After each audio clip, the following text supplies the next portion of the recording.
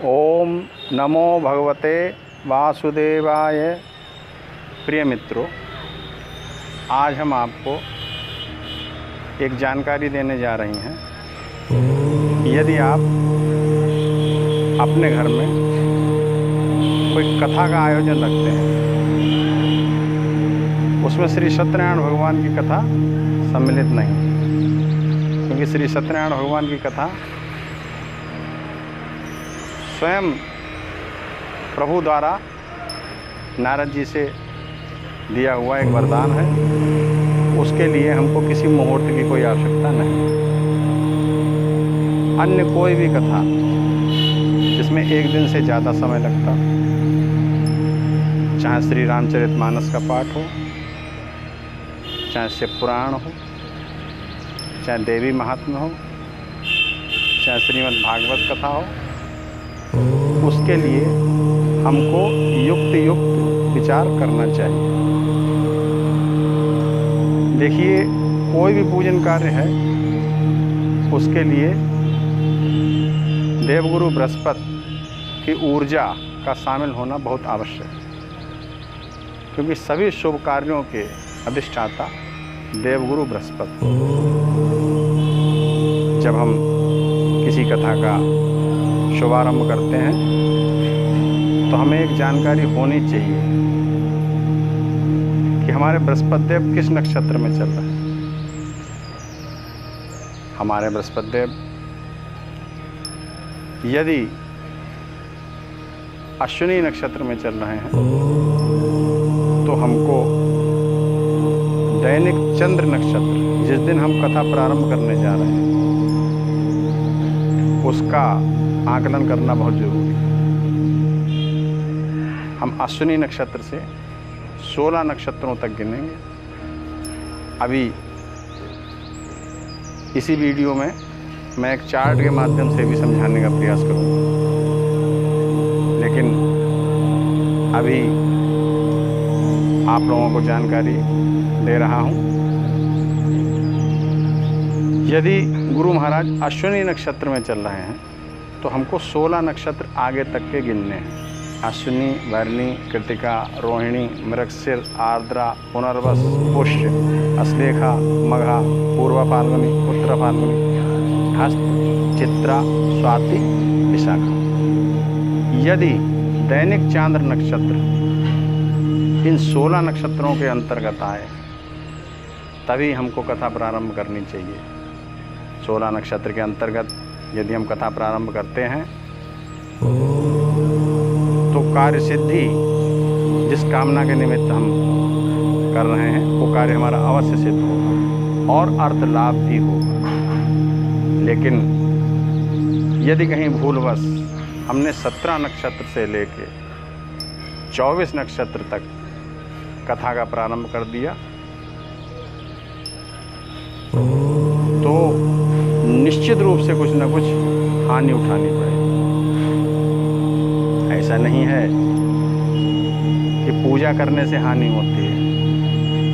उसके पीछे का जो दर्शन है वो ये है कि यदि हम किसी उच्च अधिकारी को अपने घर पे बुलाते हैं और यथोचित सम्मान नहीं कर पाते हैं तो हमें उसका दंड भोगना पड़ता है।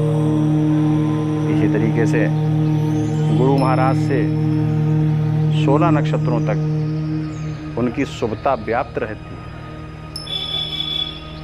17 नक्षत्र से लेके 24 नक्षत्र तक उस शुभता का प्रभाव नहीं रहता है, और ये इस तरीके से होगा जैसे हम किसी अपवित्र पात्र में, कोई गंदा पात्र है, कोई जूठा पात्र है, उसमें यदि दूध वाले से दूध जैसी पवित्र चीज़ लेते हैं तो हमारा दूध भी पवित्र नहीं रह जाएगा। इसलिए प्रिय दर्शकों और हमारे ब्राह्मण बंधुओं, आपसे निवेदन है कि जब आप एक दिन से ज़्यादा चलने वाली कोई भी कथा करें तो बृहस्पति देव का नक्षत्र अवश्य देखें। आपकी जरा सी चूक यजमानों की आस्था को ठेस पहुंचा सकती है। इसलिए आपका सबका कर्तव्य है, ब्राह्मण बंधुओं का और यजमानों का, थोड़ा जागरूक बनिए और कथा प्रारंभ करने से पूर्व ये गणना जरूर लगाइए। अब मैं इसको आपको एक चार्ट के माध्यम से समझाने का प्रयास कर रहा हूँ।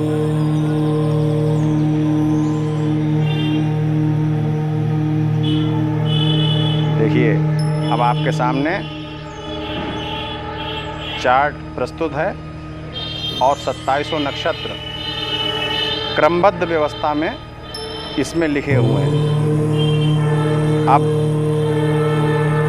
मानिए यदि बृहस्पति देव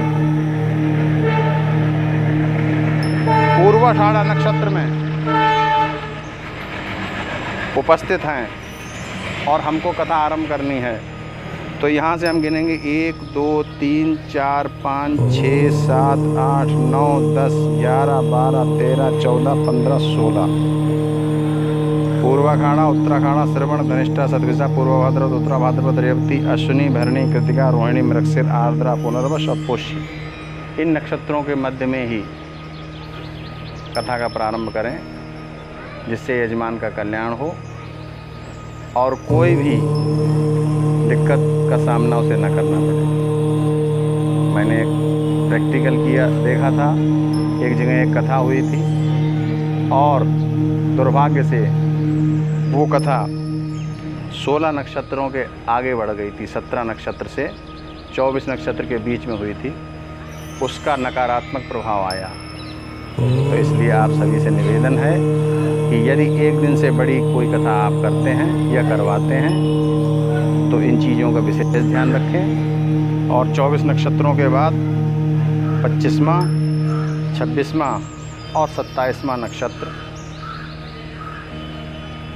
तब प्रयोग किया जाता है जब किसी के संकट नहीं कट रहे हैं, मरणासन अवस्था में है और साल 2 साल से चारपाई पे पड़ा है, वयोवृद्ध है, लेकिन मुक्ति नहीं मिल रही है। उस टाइम पे 25वां, 26वां और 27वां नक्षत्र प्रयोग में लाया जाता है। इसलिए कथा का प्रभाव दिव्य है और उसका सुंदर सदुपयोग करें और मुहूर्त का ध्यान रखें। इन्हीं शब्दों के साथ आज आपसे विदा लेता हूँ।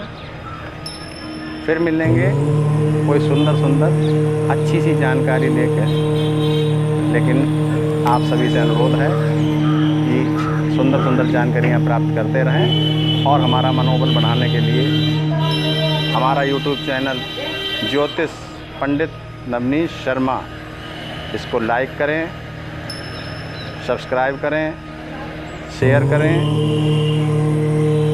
फिर मिलते हैं। जय माता।